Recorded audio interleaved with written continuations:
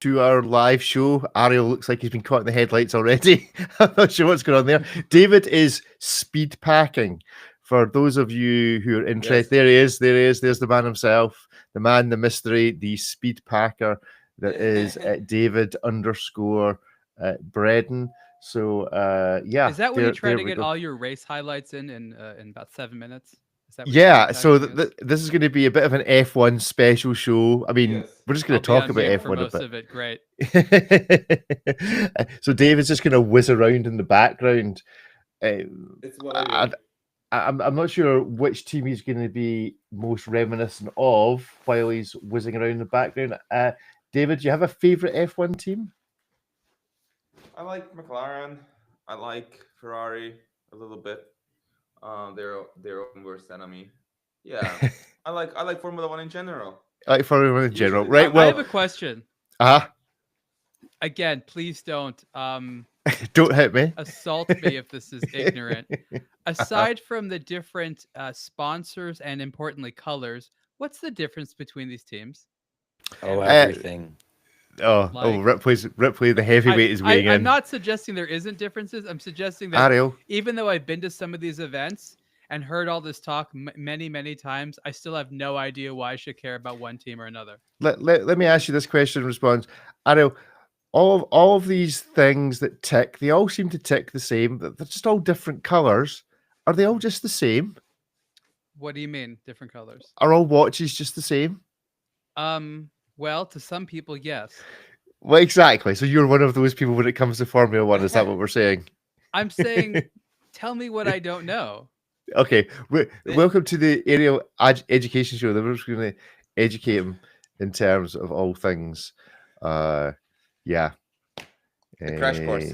Still not getting any answers here. This is very troubling. Yeah. Okay, so to be fair, it's way less. They have different engineers, different places to work at. They have different approaches to the rules. You have a set of rules in terms of aerodynamics, in terms of engine, in terms of safety, and you have to go a car that so boring. that fits into those rules and finds the little loopholes here and there. And usually whoever finds the biggest loophole and can utilize that the best. Becomes their champion. Usually. Or the loosest interpretations of the rules. They have these guidelines that they all have to go by, but best cheater wins. Got it. Yeah, a little bit. There we go. That's right. Well, let's begin our show for real. So here we go on the count of three. 3, 2, 1. 3, 2, 1. 3, 2, 1.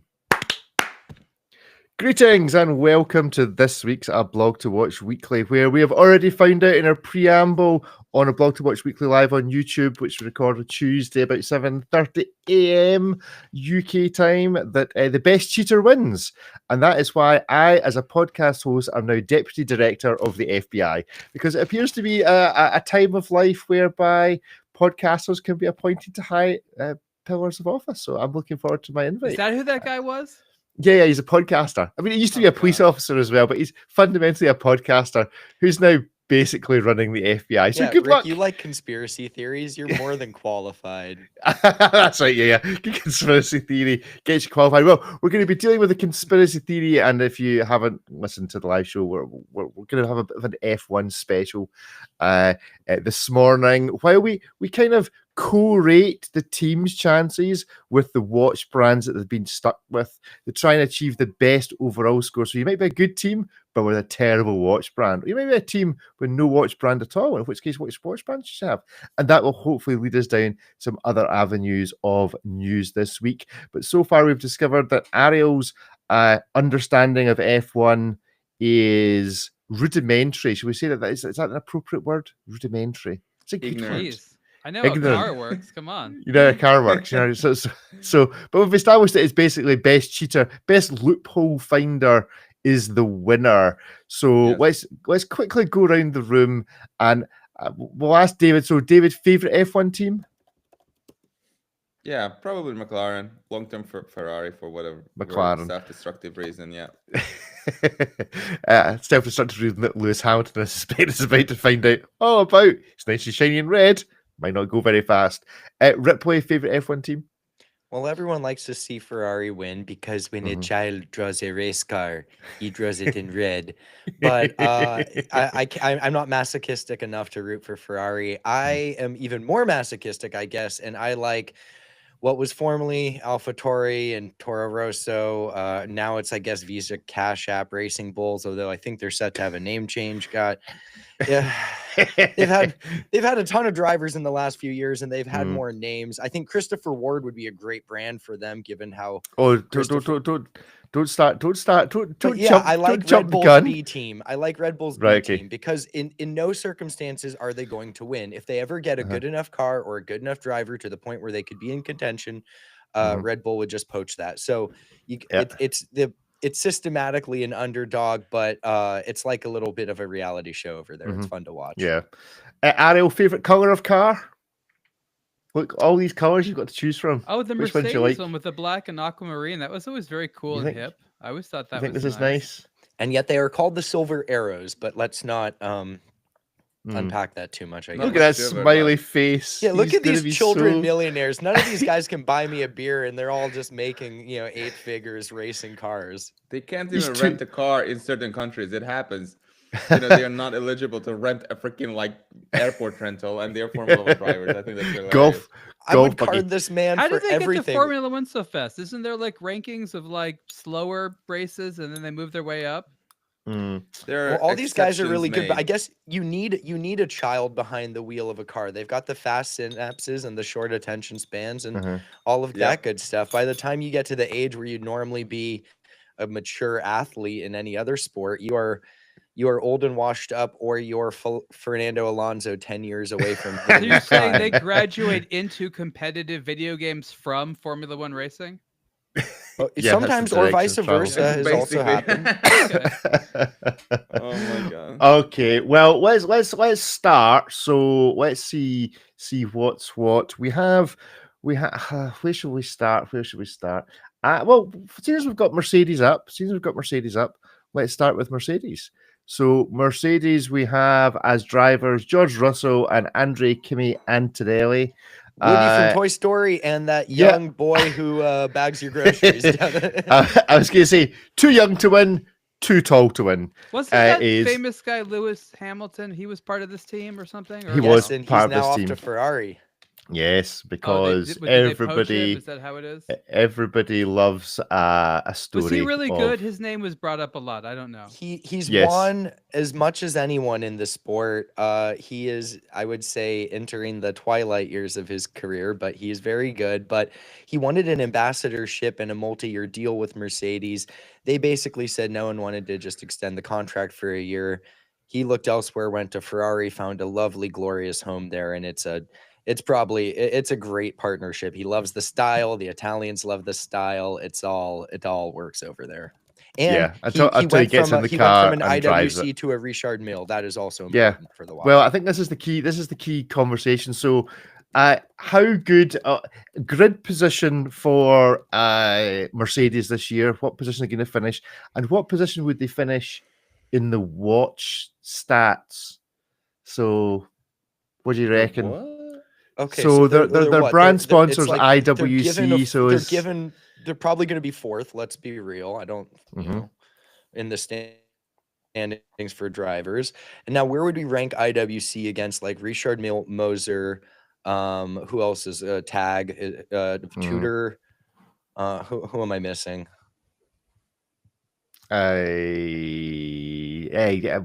Gerard Perregaux.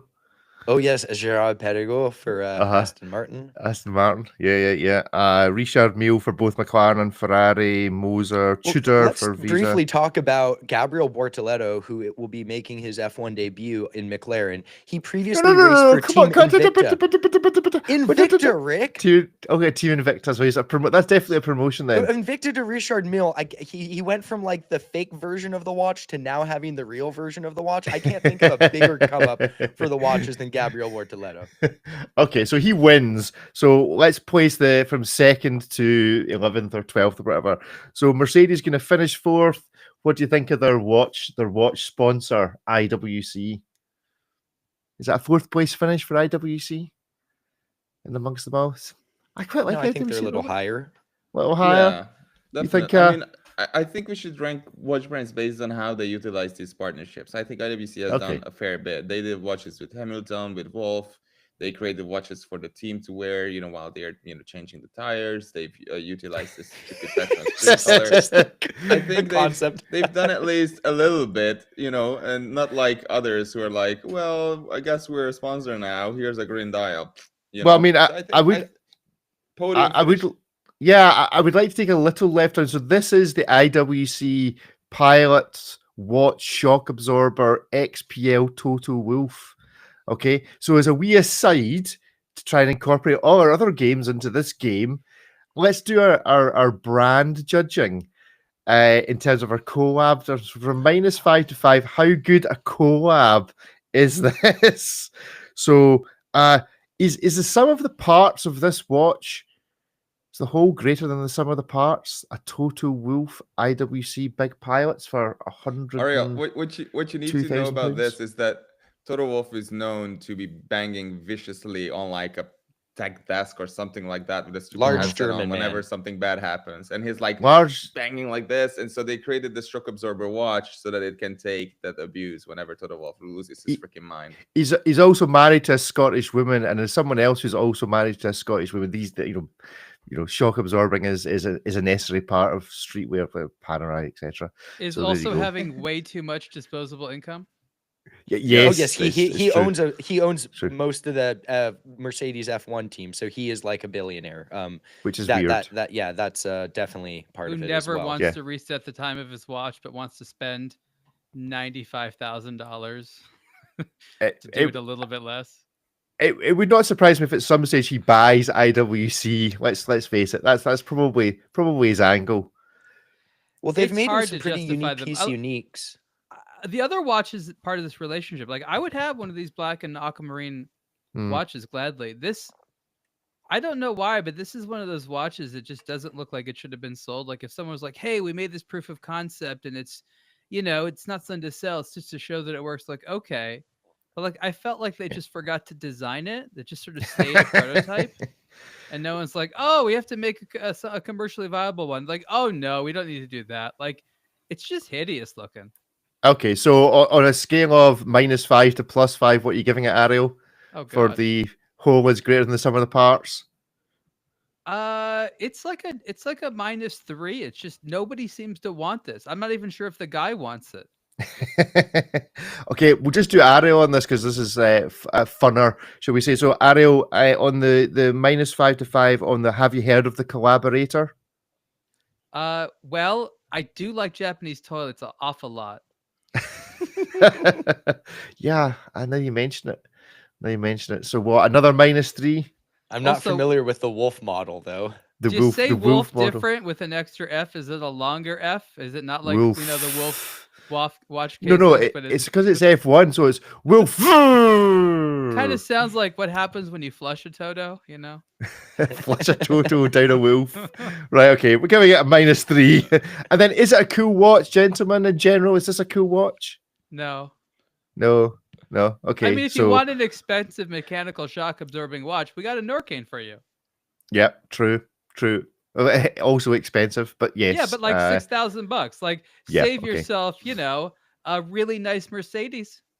You can also just get a quartz watch, just get a moon's watch. We find it just shatters into a gazillion pieces. Well, this is better than the previous Toto Wolf exclusive, which was not sold to the public, but it was like full teal, this Patronus green color. But it was a perpetual calendar IWC full ceramic on a ceramic bracelet. And you can just imagine as this man is hitting things in his sports induced rage, that probably wasn't it. So they're like, well, we have this super shock absorbing thing anyway. Let's just make one for Toto Wolf. And it'll be twice the wolf is half wolf. Okay, so we're giving him a big minus score for the actual collaboration that's mentioned. Mercedes are getting a 4th place finish this year. Where are they finishing in the watch game? Third sounds good. Right, let's find another team. Who's next in order on the list? Is actually this team is Alpine. Alpine. Great watch, great watch. Terrible pit stops. Worse engines. Like Okay. Here's the deal. For this season, what has to happen is that the car comes out for new tires, and they also have to service the watch. The driver would just hand out the watch, and they have to like change the lubricants or just take off like or change the straps. That would actually be funny. Like change the straps every pit stop and see who has the better quick release system. You know how you're getting somewhere. Yeah, how you used to have those. What do they call them? Was it Monaco starts? Is that what they call them? Where all the drivers would start in a line and have to run to their cars. Le Mans. A Le Mans start. Is that a Le Mans start? Maybe that should be a Le Mans start via they all have mall. to wind and set their watches before they can drive. So you want the perpetual calendar? Go for it. Yes, exactly. If you've chosen to give them the perpetual calendar, then it's your own fault. So what is the watch brand for Alpine then? Well, it's Moser. Moser. And they just have a new logo actually for the cars because the regular H Moser and C logo looks just like a splatter when you're driving by, and no one knows what that means. So they've just switched it to moserwatch.com for the purposes of the car. I don't think we'll be seeing it on the dial of a watch. So we now have Moser. We now have Moser.watch. No way. As the logo. Yeah, should have been underscore watch. David's yes. Finally been rejected. It should have been an It should have been an underscore.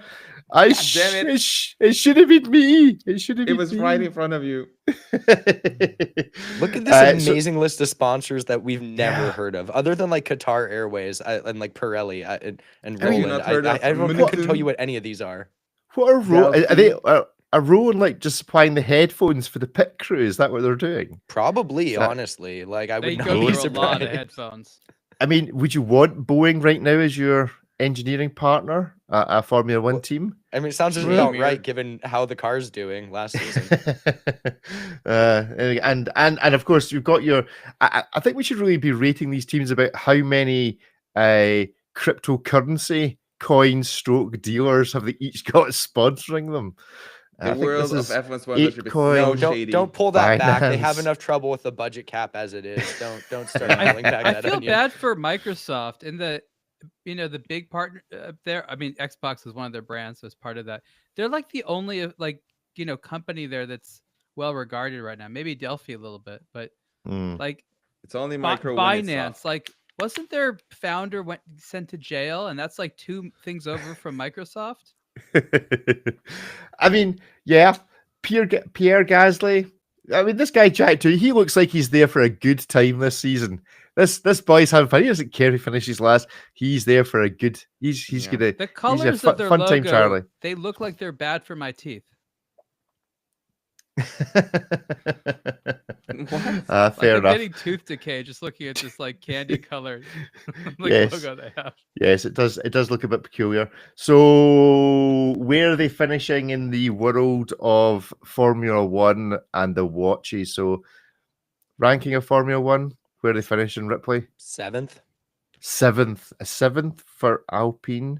Where did they finish last season? I've actually no idea. God, like maybe 8th. I don't. No. Yeah. They had this double podium stuff. Oh yes, you're right. That really pushed them high. Yeah. All right. Yeah, okay. maybe and, something then. In watch game, where are they finishing?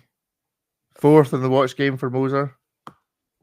I would have pushed IWC to 2, and then this could be 3, but that's gone. Yeah, that's gone. That's gone. What David's saying makes a lot of sense, but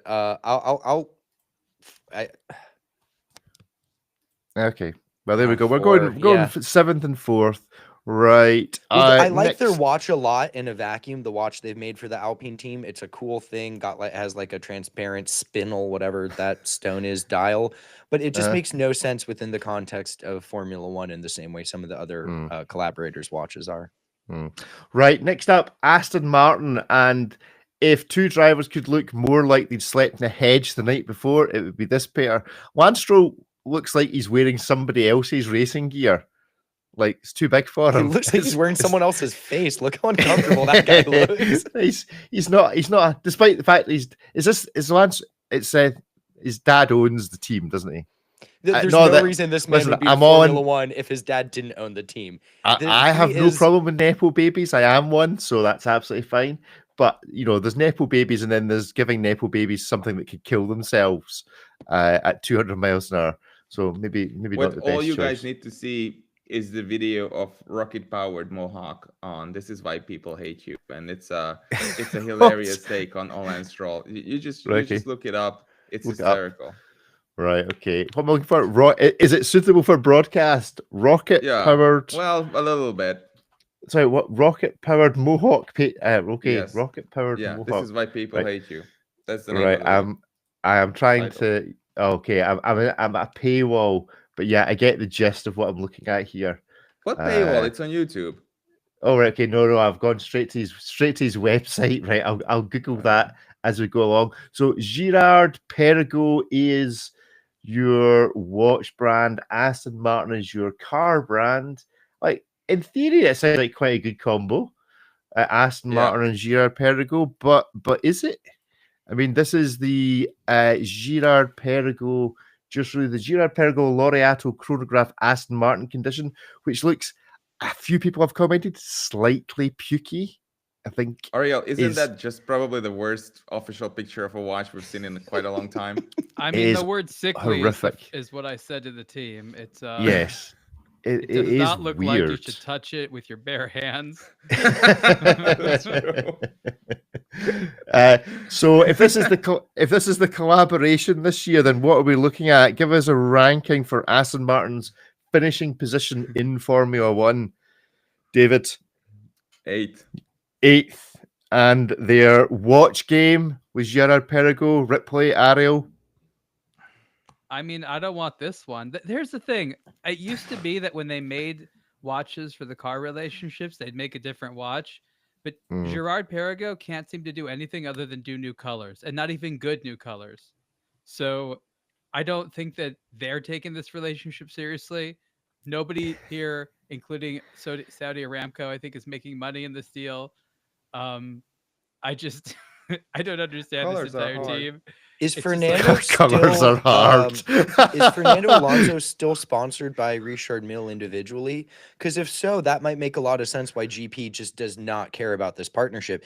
We get to have our watch on one of the two drivers, and it's the one who doesn't score a point all season. Great, like that's a win for us. I feel like part of the deal was they had to give a bunch of free watches, and now they're just like trolling them. They're like, okay, you want a free watches? Now this is what you get. This is what you're getting. Yeah. I think they should be doing a watch that kind of celebrates Lance Stroll's eyebrows. I think that would be fun. Like in fact, just eyebrows of both of them. This is a team with good eyebrows. There's some good eyebrow game here in this team. It's probably Fernando Alonso is old enough to be Lance Stroll's dad. Like Fernando Alonso is almost old enough to remember a pre-Quartz era. He is the oldest man in Formula One. Was he 39? I know he's in his 40s. Is he? Right. Okay. Yeah. I mean, bear in mind the Aston Martin logo of the wings and the eyebrow game that's going on here. I'm just saying that Second has an in here for producing, or the guy the chronograph with the little eyebrows as the little eyebrows, or who's the guy that produces the funny watches down in London? Mr.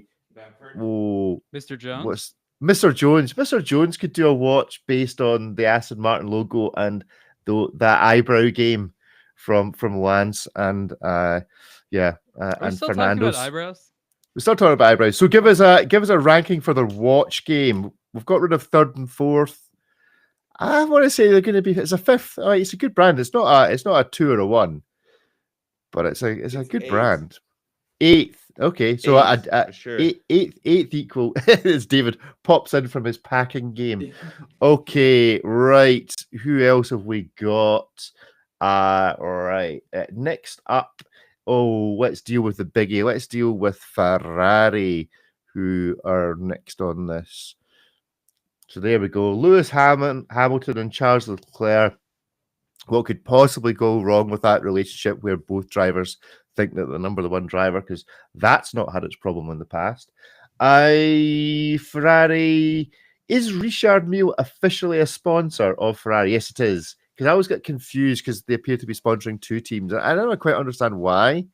Like, why would you sponsor 2 teams? Well, because you want to sponsor Ferrari because Ferrari is like the quintessential Formula One team, but you know they will shoot themselves in the foot every other Sunday during a pit stop, and so McLaren is you hedging your bet that you'll at least get one watch on the podium. Yeah, I mean, maybe it is just the kind of in the world of Bitcoin and.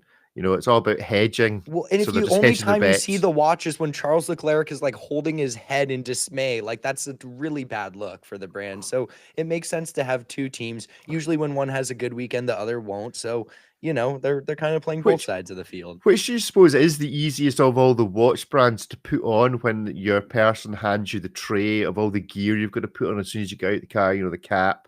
Is Richard Mille an easy watch to put on? Probably. They kind of wrap around the wrist. They're sort of a cuff-like thing anyway, right? Yeah, I suppose. So they'll get linked in easy enough. So the question is Ferrari going to finish either 1, 2, or 3? That's a choice you've got. It's either a first, second, third, or a 5th place finish. What do you think? Is it going to come together? I think 3rd. We still think 3rd place, but I think they get number 1 for the watch. Do you, Richard Mille? Really? Do they get first equal though? Is a Richard Mille on a Ferrari different from a Richard Mille on a McLaren? Yeah, the Ferrari is way sexier. Like that's like what you want for F1. Look at these 2 guys. Look at these handsome dudes wearing Richard Milles and driving Ferraris. Like that's glamorous. Yeah. You look at McLaren, way less glamorous. You got like 2 guys who look like they might be old enough to drink, driving orange cars. And Zach Brown's the team principal, who's just kind of like your friend's dad in high school. Like they're not nearly as sexy as Ferrari. So Lando just started mutating very, very recently. His voice was like pitch high, like, oh my God, someone just crashed into it. So yeah, Ferrari is much more glamorous than the McLaren used to be, but they're getting there. And I like orange more than red on a watch, but yeah. Like orange. Okay. So if Ferrari are finishing 3rd, what position are McLaren finishing? 1st. You've got 1st. You think McLaren are in for a big 1st place? So is their watch game then right at the bottom? Even though it's the same watch as Ferrari. They're second. I think Richard Mille is a fantastic watch sponsor to have because if you're a Formula One driver, obviously money means nothing to you. But if you're going to be handed this trinket that you obligatorily have to wear, why not have it be this, $100,000, $200,000 one? It's Richard Mille, so they make custom ones. Charles Leclerc has one in the colors of the Monaco flag because he's a Monegasque guy, and that's something that you don't necessarily get with Moser. There's no Pierre Gasly version, which is just done in the colors of France or something. Okay, so if you're giving McLaren a 1st and a 2nd, then that's a combined total smaller, so better than Ferrari, who are only a 3rd and a 1st. Are you happy with that? This is super confusing. I hope you're keeping score, Rick. I am. Of course, I'm keeping score. That doesn't actually matter because I'm just going to make it up at the end anyway. So there we go. I have to bail because I'm at this preview event for Watches and Wonders. I will leave you guys with a prophecy. Ferrari will be world freaking champions with Lewis Hamilton this year, and if not, I'm not watching Formula One for like 2 weeks. For the 2 weeks during the closed season, as opposed to for all of 2026, I will burn. I know. I tell you what, if they don't win, what's your least favorite team? Whatever, probably Alpine. Haas is failing, but Alpine was like okay. So Alpine, you have to wear on this show for 2 weeks in a row an Alpine hat. You have to go out and spend your own money on an Alpine hat. If Ferrari don't win, okay, that's fine. So Alpine it is, and no Moser watch or Girard Perregaux for you, for anyone. Right, David, thank you for joining us. We shall see you soon. You leave us to the ignorance of Ariel and Formula One when I just make stuff up. So that's good. Right, so that is Ferrari and McLaren. We'll give them a quick wee look just so as we can display their beautiful, beautiful people on our beautiful screen. McLaren, Oscar Piastri, and Lando Norris. Who is it that's making up all these people? Their parents? What do you mean making them up? Like, as in, like, look at the state of Oscar Piastri. This, Look at the haircut. It looks like something. Listen, there's a film that springs to mind, which I'm not going to mention, but I'm just saying Oscar Piastri and Cameron Diaz, have we seen them in the same place? That's all I'm saying. Right. So McLaren are also on a Richard Mille sponsorship. Do you think they get the worser Richard Milles than Ferrari? Yes. Who gets? Who No, gets they, it? they, they definitely do. Yeah. I mean, Do they? let's be real. Like, Lewis Hamilton's probably the most famous name in the sport. He's going to get whatever he wants. He's going to get some signature models. He's going to get some cool stuff. They love sexy man Charles Leclerc, so they're going to give him one in the colors of his home flag. He's always wearing some other one. I think he had his stolen or something. Like, all the Richard Mille drivers like have their watches stolen. It's a thing. Like, that's it is a thing. Lando got his stolen off his wrist in London, I think, or something like that. But you know, the Ferrari guys, you see them with plenty more options and some of the more higher end unique ones. The McLaren guys, they have them, but they're not, you know, they're kind of more like a core collection chronograph. And if it makes sense, Lando Norris and Oscar Piastri, both very good drivers, but they just look like the guys who'd be grabbing the car at the valet for Lewis Hamilton and Charles Leclerc. They can beat them on any given Sunday, but Lando Norris does have that look of, where would you like to park your car, sir? that moustache is not doing him any favors. Oh, it's the saddest mustache. It's like when I try to grow one, you somehow look younger with it. It's somehow more emasculating to have it. I mean, I'm looking at the two of you here on video. I'm thinking, a wee moustache from you, Ripley, you could pass off as Lando Norris. My neck is way too long and skinny to be an F1 driver. Fair enough. So we've given McLaren a first and a second. Ariel, any interest in the Richard Milles that are used in the Formula One world? Does it do? Why do Richard Mille need to sponsor Formula One? Or is that the reality of all of these watch brands? It's all just a way of the chief executives getting along to the pit lane. They're not actually worried about what it does for the brand. They're just good time party boys, and they want to be in with the big cheesies of the F1 world. Well, the Richard Mille brand sort of evolved from the Formula One world. There's a lot of it that Richard Mille himself was inspired by. He's a car collector. So he can't separate from that brand because it's too integral to his inspiration and why he's doing what he's doing in the first place. I couldn't explain everything why. That would be for him to do, but that's not like a marketing decision so much as being true to, you know, what he believes the brand is. I think that some of the watches that they've done together are really interesting. I still, as a super top end brand, find enough Richard Milles that I like and I think are cool. There's definitely plenty they do to make fun of. You know, I mean, the watches they've done as part of this, you know, there's some of the cooler stuff. Yes, they got really lazy with the thin Ferrari one. Okay. But you know, they'll bounce back. They never let more than a few years go by, and we look to them for cool stuff. So if the whole point is there's some super flashy brand, what are they going to be wearing? Blancpains? Like, that doesn't fit right now, I think. Well, so Richard Mille's the one. I mean, there are a couple of brands out there that we'll come on to in a minute that don't have watch brands. Maybe Blancpain is a way to be going, but this is possibly my favorite team just because it makes no sense whatsoever. And when you see this is the official Formula One website we're using, and when you see what they've not yet done for this team, it will shock you. That will be our title. It will shock you. F1. Here we have the Tag Heuer thing. Here we have the official page for the Visa. Is it Red Bull Cash App Form? I don't know. It's just a stupid name. I like the Tudor watch that they the Tudor. Yeah, but where do you see this though? So they've yet to give whoever Isaac Hajara is, presumably they've not actually photoshopped. They've not actually photoshopped his uniform onto him yet. So I was feeling sorry for Lance Stroll. But this guy, they've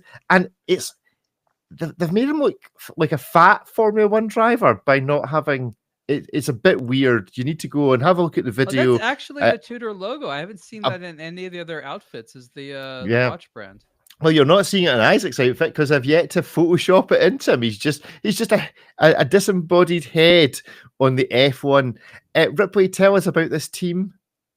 Well, it's the B team, my favorite team. It was Toro Rosso, then it was AlphaTauri, then it was the Visa Cash App Racing Bulls, and now it appears to still be the Visa Cash App. It does sound like a circus act. It sounds like a Spanish circus act. We're going along to the Racing Bulls or Yeah, something. and the Dancing Bulls are next week. It's exactly. I mean, it's a terrible name. They're systematically destined to be a B team. They are the B team for Red Bull. Yuki Tsunoda, Japanese driver, Adi Zakadra. This will be his first year in Formula One. He got promoted up from Formula 2. This will be an interesting one. Red Bull's really cutthroat as an organization, so they kind of shuffle their drivers around between the two teams. So those who don't perform get dropped. They always seem to have a competent driver waiting in the wings to take the spot. So we've got one guy who's known for being a bit volatile, that'd be Yuki on the track, and another guy who's never raced in Formula One before. So this should be very interesting to watch. And they're wearing Tudors. They've yet to give him his fireproof suit, so he might not last very long. It's just a disembodied head. It's ultra lightweight. This is part of the secret to get around the weight reduction thing. Just drive naked. So bearing in mind that he is yet to be dressed, and Tudor's current love for random colours called Random Things, there is on the website an article hands-on, because you guys were at Tudor recently. Let me just get this on the screen. The hands-on Tudor Blue Flamingo, because we're very familiar with Blue Flamingos. What did we think of this? The website's just a bit slow to load this morning for some reason. Ariel, what was your hands-on impression?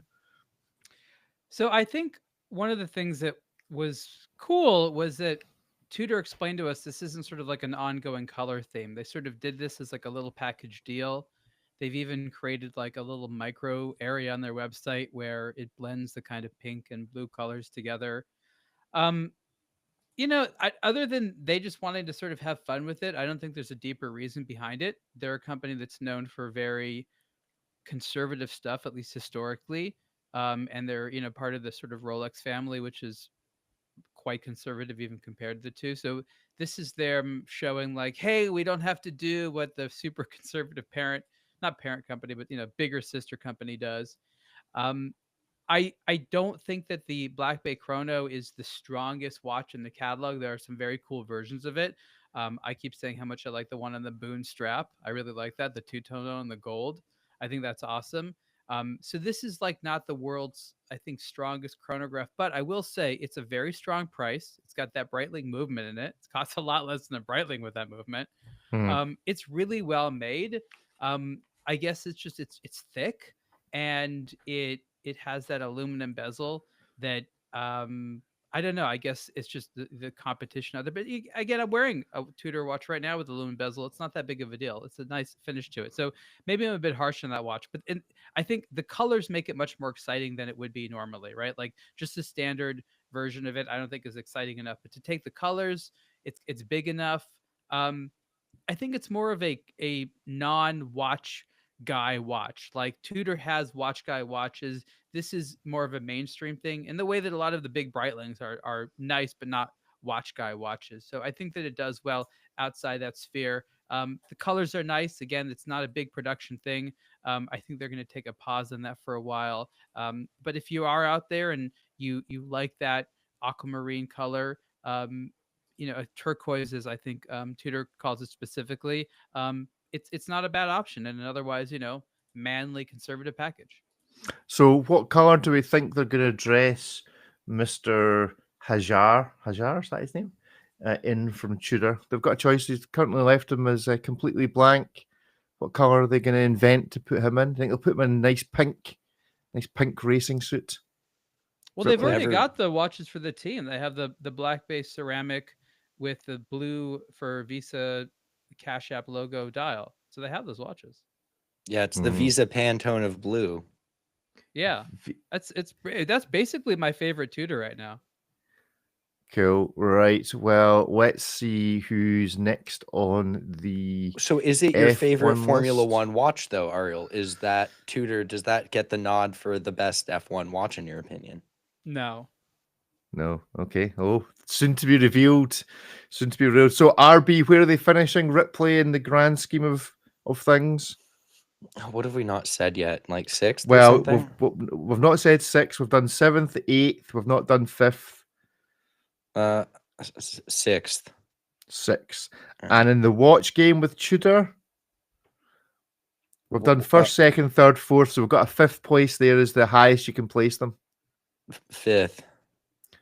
So a 6th and a 5th place finish. I really like the RB. Tudors. I guess that's appropriate on the one metric of like Formula One is all about like cutting edge, the pinnacle of motorsport, super high tech. This is the future tech that's being developed, may eventually one day work its way into the road cars.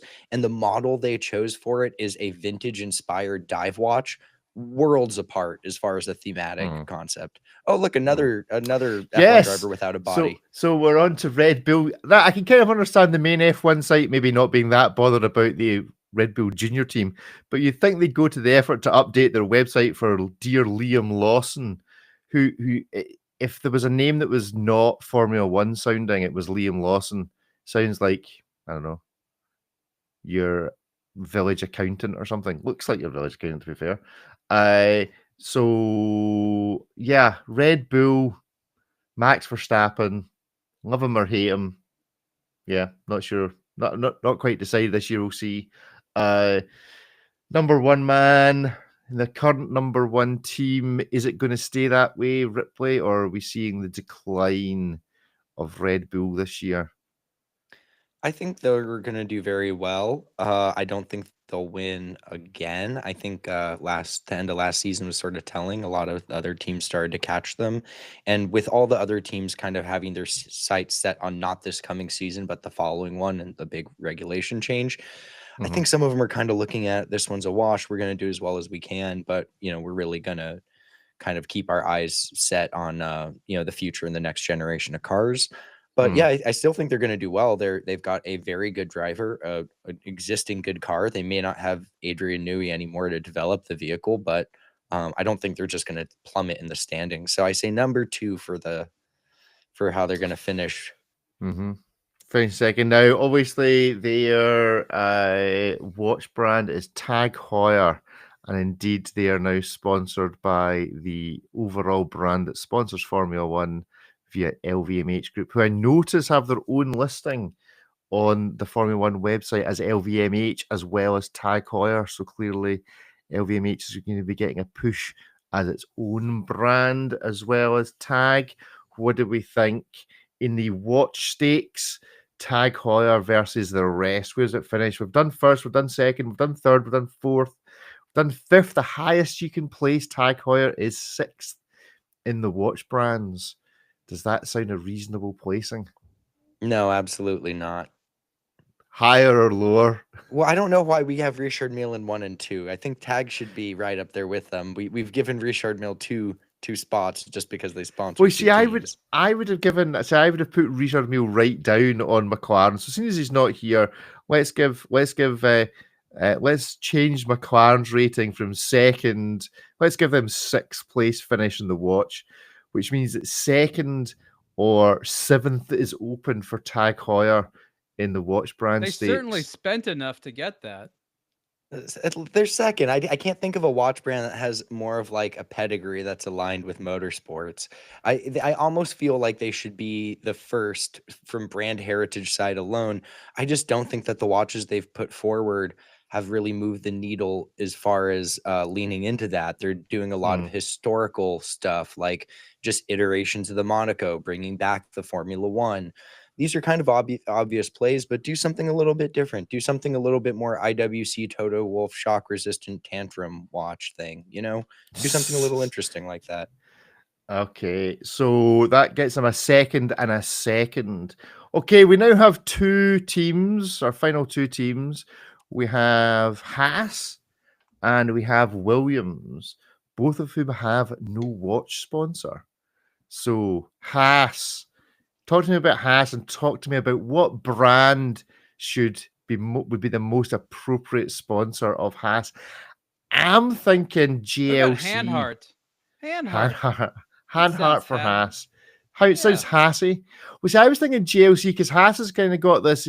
All the money comes from being that they're a manufacturer in that they do all the tooling. The guy that owns like the Haas brand, they do a lot of the tooling for a lot of the stuff that makes the parts for Formula One. So I'm thinking watchmaker. So GLC. Also, it would take them away from the stupid story of polo and watches. Give them something else to talk about. Save me banging on about that being a complete made up origin story. So GLC for Haas is my vote. Ripley. Yeah, I'd like to see JLC get into it. Haas JLC's like they do so well at what they do, and Haas does so poorly at what they do. It just doesn't seem to be aligned from that thematic perspective. Like like what's durable? Haas crashes a lot of cars and has lackluster performance. Like what fits that from a brief? Like Bremen. Which brand's origin story is basically they crash a lot? Is that Haas? Well, to be fair, they were perfect with Williams, who they used to sponsor. Yes, they did for a year. That's because the English brothers wanted to tour the world and get invites to the pit lane. Any other brands, Ariel, other than Hanhart for sponsoring Haas? I mean, I literally just based that on the name. I knew nothing about these people. I mean, that seems to be as logical a reason as any. The Haas Heart. Sounds there we go. Sort of Germanic. I don't know. Hanhart for Haas. Williams then. Oh, they could do like a Zin thing. I could see that working color wise. For Williams or for Haas? For Haas. No, for Haas. I think Zin could be a Zin. Well, interestingly, on the Williams site, they've yet to give Carlos Sainz his overcoat. Clearly, they're still trying to remove. Yep. I wonder whether they accidentally posted his former team colours on this very quickly. They have to emergency get rid of. Does that person's shirt say "My Protein" on it? That's awful. Oh yes, it does. What is that? I mean, for Williams are sponsored by Duracell. So I'm thinking it has to be a quartz watch. It has to be something battery powered. What is the most battery powered Williams-esque watch? Did Citizen not used to sponsor somebody? ProMaster looks like it fit right under My Protein. I think it was. I think it actually was. There was a Japanese watch brand, I think. Was it Casio? But it wasn't. It was like ProMaster or G-Shock or something. I can't quite remember. Somebody maybe in the chat, either on Spotify or on YouTube, can correct us. I'm sure maybe there was. The Edifice line? Yes, it was Edifice. Well done. You dragged that from somewhere. Was that for Williams? I thought that was with Honda or something. No, I think it was for Toro Rosso, the Red Bull B team, is now the Red Bulls. And yeah, it was when they were aligned with Honda's the Japanese engine manufacturer before Red Bull switched. I love how none of us would bring up Seiko because we know Seiko would never do anything like this anymore. Well, they're like, how does this help us sell Presages? It doesn't. Well, like the poor drivers, they'd be like, "Here's your watch to wear. It's the new watch," and they like, "There's 15 watches in here. What do you mean it's the new watch for this week?" Like the catalog's way too diverse. So Japanese watch brand for spawn. That's a fairly. Although I do like the Duracell battery look for those watching on video or Blog to Watch Week Live. The Duracell look for the air intake. That's pretty clever. Somebody had a good day when they thought of that. Breaking News Beats is thinking of the Seiko Coutura. Not familiar with it. Seiko Coutura line, anybody? Yeah, I remember Seiko Coutura. That's like 20 years old now. Yeah, Coutura sounds very Formula One. Well, I mean, what would be a good watch brand for Williams? They're old. They have a very prestigious old history, but have absolutely been pretty bottom of the barrel in recent years. Patek, obviously. Patek, the Cubitus. What we want is that Cubitus spot. Just put Cubitus down the side. You're right. Make people wonder what it is. A lot of quartz. Patek quartz. That is an interesting fact. Patek does do a lot of quartz. So there we go. My Protein. My Patek, My Protein. Just mounted under the Duracell battery. You just look after it for the next generation. Good stuff. Right. So, I mean, Haas and Williams finishing bottom of the barrel. Sounds about right.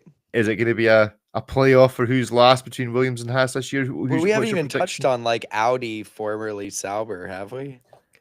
I mean, they're not in this year, are they? They're next year. They're 2026. Yeah, I mean, what that ghost of a team? I guess that's just. Didn't Rebellion used to sponsor them? Rebellion did used to sponsor somebody. Yeah, I think it was the Alfa Romeo team, which ended up becoming Kick Sauber, which will then there we go. Sauber. like morph into. I mean, Audi. Sauber have Sauber is no the name of the team. Sauber have nobody in their uniforms. Well, it's because they need their new little new outfits. They're waiting Neither for of them were on the team prior to it, so it's a funny green color, which makes me think. Kick sounds like a fancy cannabis brand. No. There's only one. There's only one brand that can sponsor this team. Look at that green Ripley. Come on, Ripley. What does this remind you of? I was going to say I have a Philip Plain that could just Philip Plain, exactly. That's who needs to sponsor this team. Not HYT, the liquid. Not HYT. No, because it just be an oil slick everywhere, just break. There you go. Yeah. So no, Philip Plain for the win for Kick Sauber. That makes sense. Yeah, it does. I think we should take I think we need a percentage for that deal. I think we take 10% for the deal for Philip Plain to sponsor Kick Sauber. You're so affordable, Rick. Who do we need to reach out to at Philip Plain to make this happen? Let's make this happen. Let's introduce these teams together and make it happen. You said it. The gears have already been put in motion, sir. Yeah. So let it be written. So let it be done. Is that the phrase? From whatever film? Look at that. A handsome man there with some handsome glasses on. There we have it. Right. Okay, that's our Formula One review. Now, what's been said in the chat? F1 team, yes, modern. Boris, I was going to say F1 team owners are terrible. Gabriel Bortoleto, if they got sponsored by Philip Plain, that'd be the worst. He was going to go from Invicta, a fake Richard Mille, touching greatness because he is a McLaren driver, to getting a real Richard Mille. But then you get put on Sauber, and then you get a Philip Plain. So you get a more expensive version of the Invicta, but it's still not the one you want. I think we need to ask a more fundamental question on all this: is Formula One a legitimate sport? Because all these guys really work for other teams. They're all not really planning this season. They're planning next season. And it's all really down to who can spend the money the wisest. Is Formula One an actual proper sport, or is it a pastime, or just entertainment? I can say that following it in terms of the detail you do seems just as boring as any legitimate sport. Ripley, is F1 a genuine sport? Is like we like to think about the spirit of competition or whatever, but all of this is trivial. Every sport, no one really, it does not matter who wins any of these. This solely exists for our entertainment. And when you realize that all sports are just here for our entertainment, I don't think any of them necessarily qualify as proper sports anymore. When is a 7-game series going to be blown out in 4? There'd be hundreds of millions of dollars of loss of ad revenue based on that. So, these things get perpetuated to make them interesting. Are you hinting there might be something wrong in the world of baseball? Do you mean meaningful competition, Rick? Is that what you're saying? Is it a meaningful competition? Because I don't know it is. That'd be great to follow. Well, I mean, it's kind of interesting. You just have a bunch of these millionaire children racing these multi-million-dollar vehicles, and it's the pinnacle of motorsport, but everything's like a one-off. So it's not like the car is good. It was really good that weekend under those conditions. So, it's even hard to gauge who's doing well. It's who is doing well that weekend and who didn't get taken out by Lance Stroll in turn 1. Yes, that's right. The Lance Stroll effect. Who was the Russian who had the nickname about crashing a couple of years ago? What was he called? Oh, the one who was on Haas, but then they what did they call? He had a nickname that was something we forget.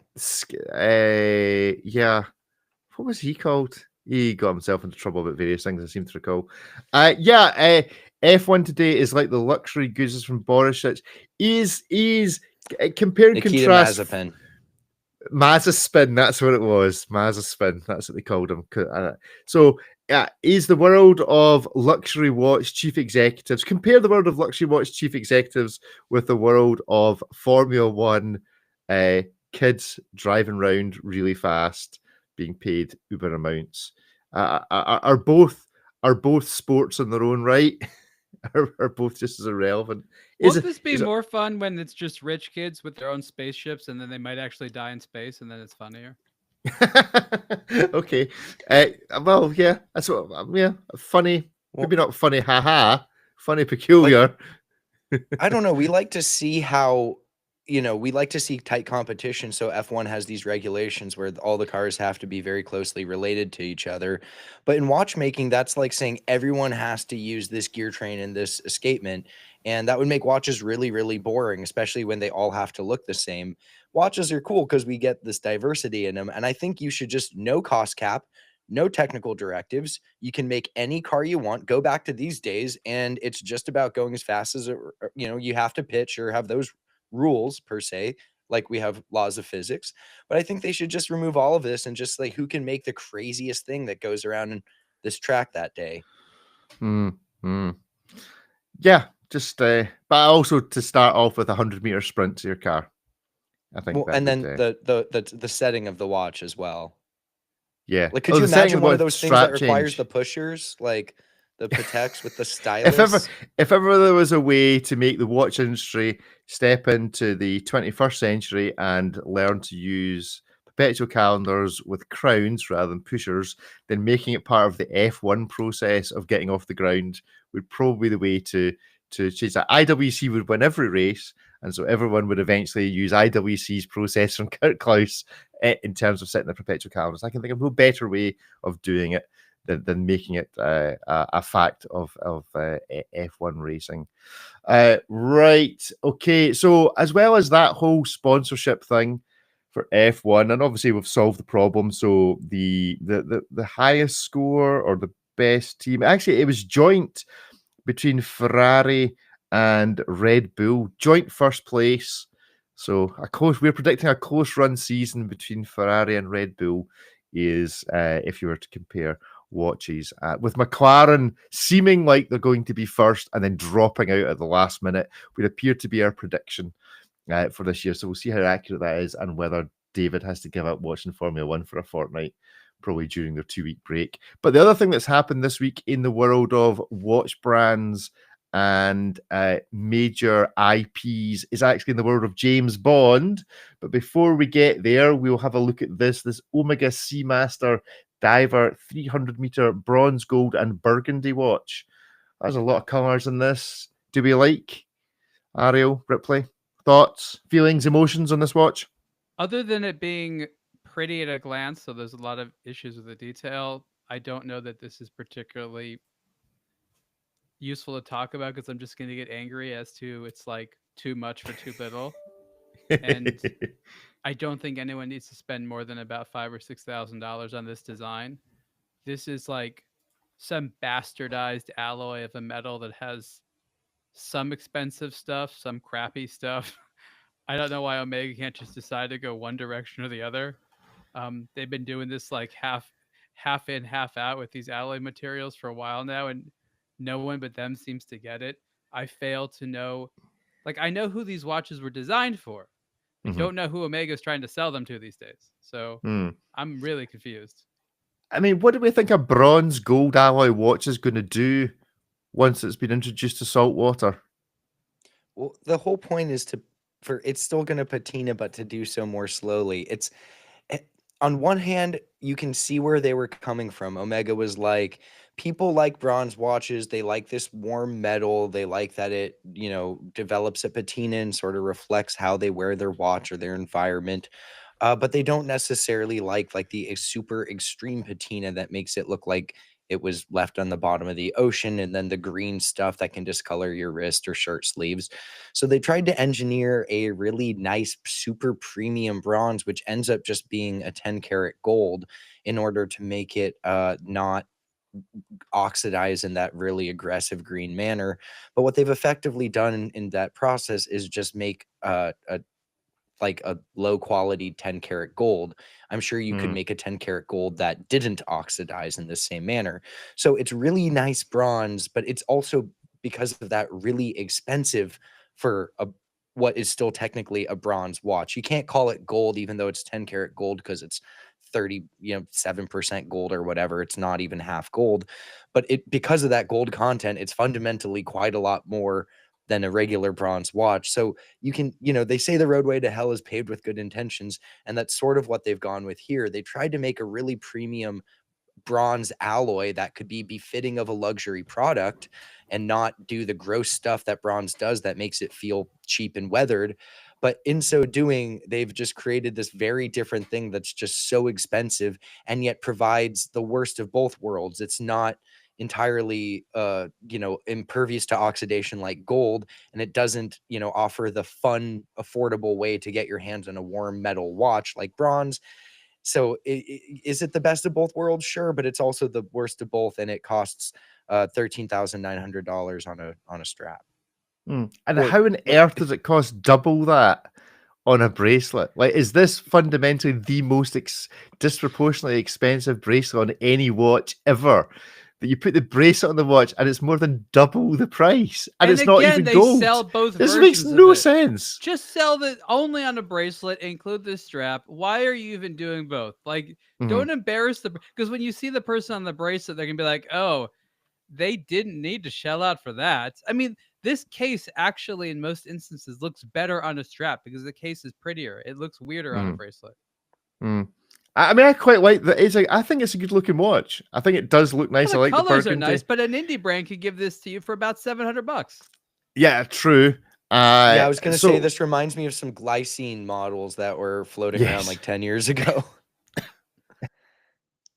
But yeah, the bracelet, $13,000-$14,000 for a bronze gold head only dive watch. That's really steep, but when you're talking about it's almost $30K on a bracelet, that's like gold Submariner territory, and they're like, that's actually made out of 18 karat.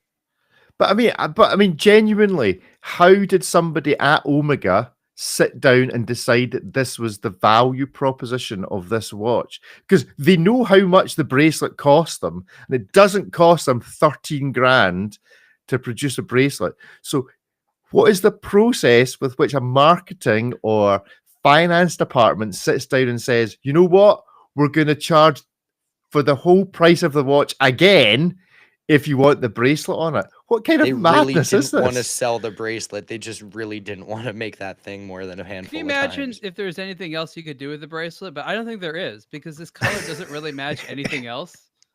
So if you had something else, what is it, the awkward 20? Is this also the 21 millimeter strap or something like that? You have this awkward size and a watch with this exact same tone, because you know that with the gold kind of tone, if you mismatch it, looks like a disaster. It's just this ridiculous thing. And you would think for 13 grand they'd managed to get the size of the gap between the bracelet and the case slightly smaller than something you were able to drive through. Of course not. No, that's the whole point of this one. It's all about the gap. They want you to mind the gap. Mind the gap. I think mind the gap. Seeing, they say like Rome wasn't built in a day. It also didn't fall in a day. This is like the slow falling of Omega. We can watch it as it happening and give it academic scrutiny. Just one ridiculous decision after another, because it's not going to be one failure. It's just a series of what were they thinking before it's unrecognizable. What were they thinking? Well, the interesting thing about this for me is where all of these updated no date mesh style models with the more vintage case profile is that if you look at the stainless steel regular Seamaster Diver 300 meters, like the James Bond ones, they've got ceramic bezels, date displays, and ceramic dials.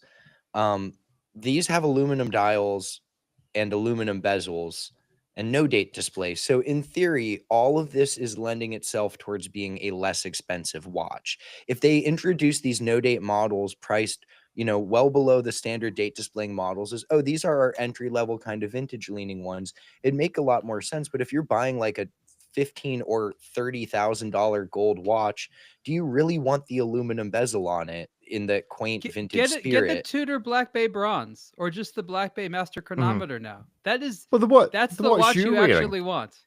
The Tudor you're wearing, that's the one you want. Is that the original? Is that the smiley face one?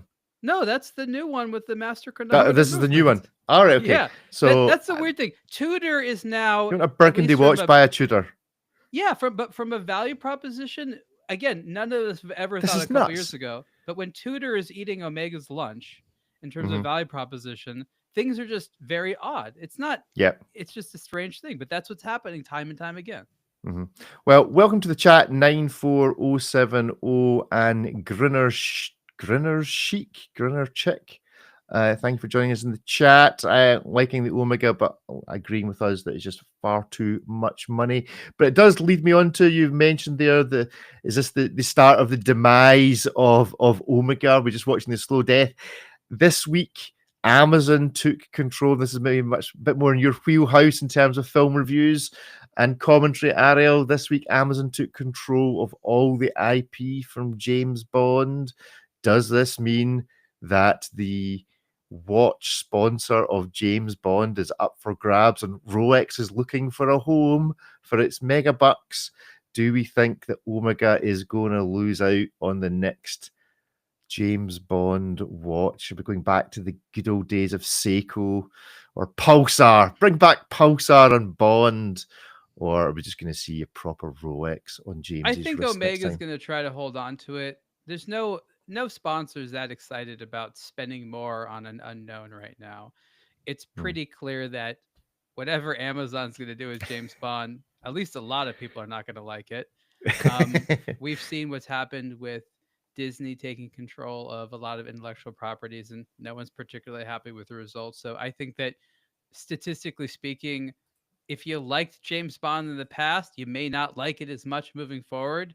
Maybe some new audience will be into it, but that's highly unlikely. So I'd say that for legacy purposes, again, there's still all the legacy movies out there. Omega's still milking the moon landing. Okay. So I don't think there's anything that's going to change. They might make a split and they might say, we're only legacy Bond, whoever knows what that is. But I don't see Omega being at all interested in departing from this relationship, especially since still to this day, so many people go into stores wanting that James Bond watch. That really does help sell a lot of Omegas. But is it James Bond that sells a lot of Omegas, or is it the Nintendo 64 game that sells a lot of Omegas? People still harking back. It's the only watch they can remember when you reach a certain age of wanting to buy GoldenEye, of wanting to buy a luxury watch. You don't remember it from the Bond movies. You remember it from the video game. I genuinely think that that's true. That when you get to like our kind of age, you want to buy one watch. You're not a watch collector. What do I see? Oh, I remember playing that as a teenager. That's the watch I'm going to get. And yes, it's got a James Bond link, but actually it's from the Nintendo game that you remember it, not from all the money that Omega spent. I mean, I would argue that James Bond has helped sell more watches than watches on the Formula One drivers. Right? Yep. Okay. So I think it's still valuable. Amazon is not traditionally in the licensing of its own intellectual property for gain. A traditional movie house is more like that. So I'd say that if Omega loses the relationship, it's not because they didn't try. It's because maybe Amazon doesn't even want to have things like that. I don't know. But I think they'll stick with it for a while. But again, we don't know if another movie's coming out or when. Obviously, stuff will happen. We don't know the direction they're going to go. But I think that Omega will be dumb to give it up unless Amazon destroys the franchise. But we won't know that for a decade from now. What do we think the biggest watch brand is that you can buy on Amazon? Authorized or unauthorized? Authorized. So you can get Timex, you can get Casio on Amazon. I'm just scrolling down here. What if Amazon becomes an authorized Omega dealer? They're that's what I'm thinking. They tried to. That's what I'm thinking. Doesn't Omega say you need a bricks and mortar though? I guess Amazon can figure that out. They have enough land. It's going to be an Apple Watch, isn't it? Or hey, they have those Amazon Fresh stores. That's about as brick and mortar as you can get. Oh yeah, Whole Foods. Yeah.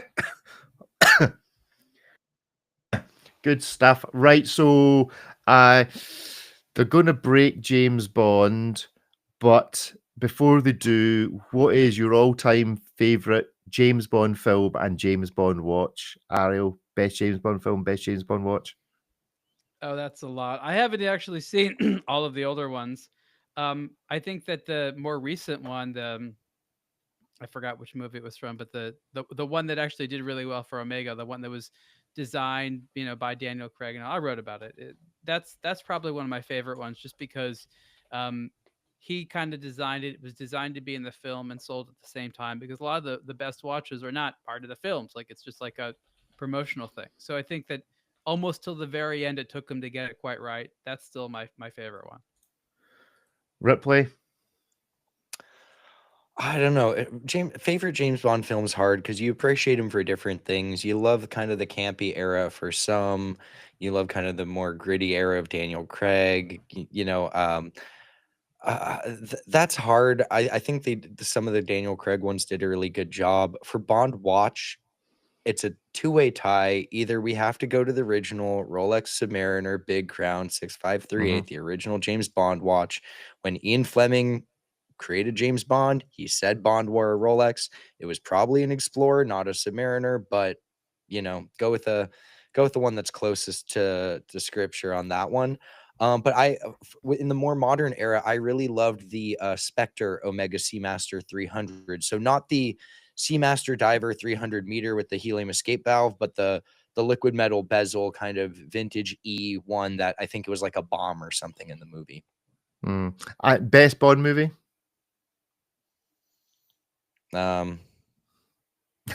Goldfinger. Goldfinger. You just said that because it's the only one you could think of right now when I put you under pressure.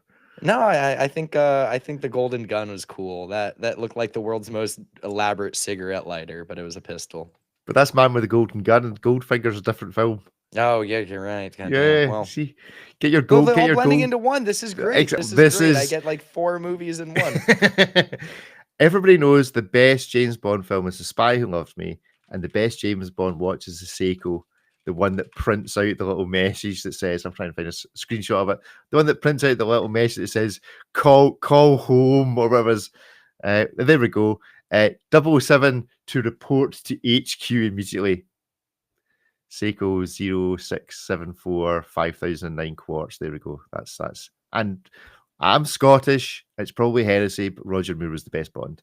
Forget about Sean Connery nonsense. It's all folk trying to be too cool for school. Everyone knows Bond was Roger Moore. Anyway, right? Okay. Did Scotland take issue with that, Rick? Are you about to be visited? Yeah, I'll be visited in the night by someone for suggesting that anyone other than Sean Connery is the world's best Bond. Yeah, it's like part of your national story that Connery was the best Bond. He didn't even live in Scotland. It was a good Bond. Well, Roger Moore probably spent more time in Scotland than Sean Connery did. I heard that Rolex tried to formalize kind of a partnership with Connery back in the day, and he wrote them back a very unkind direct letter explaining his stance on that.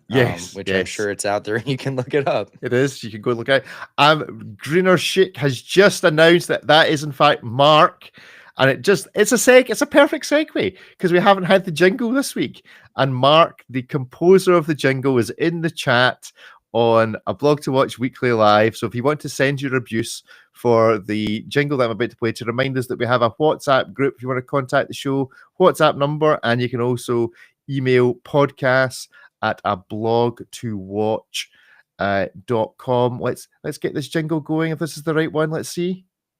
You want to know, you want to talk, let's hear your thoughts on I'm thinking this should be the new music for F1, or at least the Champions League. It's winners music for sure. It's winners. It is winners. That is the truth. It is winners music. Yeah, you just won Rainbow Road Mario with this. Rainbow Road Mario. That's it. Anyway, welcome to the chat, Mark, and for all the music, we'll maybe try and get round to playing the jazz remix version, which I have here next week. Let's call it a show at that. Thank you all very much for joining us. If you want some more, then there's always a little bit of preamble and a little bit of post-match available on the A Blog to Watch Live YouTube channel. You can watch the full edited show on the main A Blog to Watch YouTube channel, or tune in on Spotify. If you tune in on Spotify, you get to see the moving pictures as well. So if you're stuck in Apple Podcasts but would really like to see our smiley faces and the images that we put on the screen to actually show you the watches. You can watch us on Spotify as well as listen. So other than that, we'll be going with a little bit of extra time for the main show. It's goodbye from the three of us. Cheerio. Thanks for listening. Goodbye, everyone. Bye, everyone.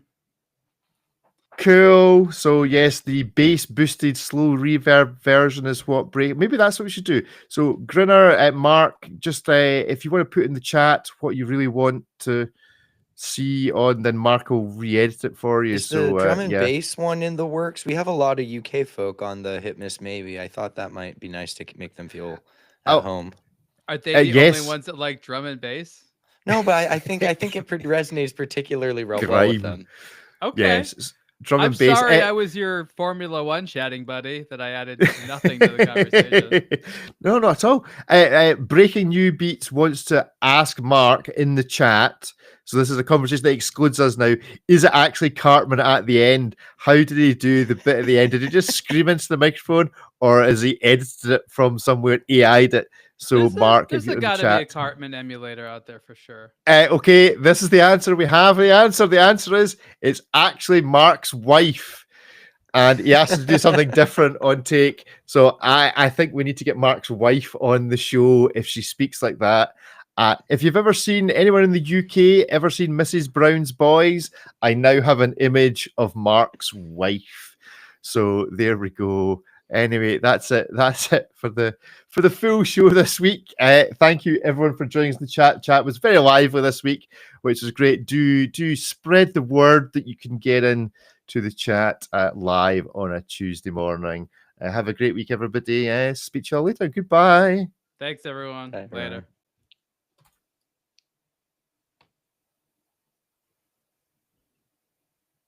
That should be us out. Good stuff. Mystery solved. It's his wife.